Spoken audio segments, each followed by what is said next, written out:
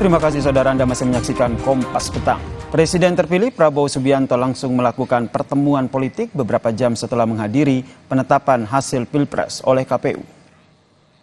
Prabowo Subianto disambut Ketua Umum PKB Muhaimin Iskandar di DPP PKB sekitar pukul 2 siang, saudara. Pertemuan ini disorot usai Anies Muhaimin hadir saat Prabowo Gibran ditetapkan sebagai Presiden dan Wapres terpilih hasil pemilu 2024. Pertemuan ini, saudara, dikaitkan dengan spekulasi soal kemungkinan PKB yang akan masuk dalam pemerintahan Prabowo Gibran.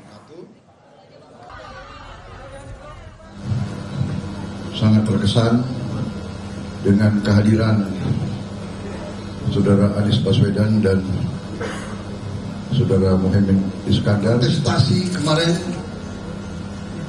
cukup tajam. Dan kontestasi demokrasi harus tajam.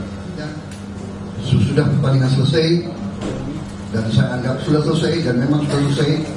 Sekarang kita harus melihat ke depan, bekerja untuk rakyat.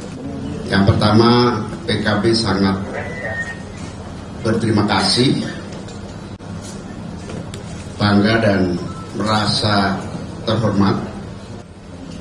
Tadi PKB juga menyampaikan kepada Pak Prabowo sebagai Presiden terpilih 8 agenda perubahan PKB.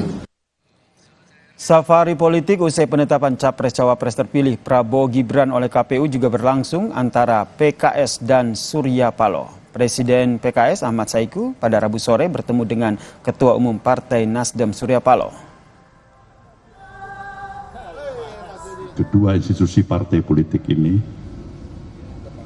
merupakan suatu hal yang amat sangat kami rasakan tetap harus bisa terjaga sedemikian rupa untuk bukan hanya subjektivitas kepentingan kepada dua institusi partai politik ini, tapi dari apa yang kami pahami bersama.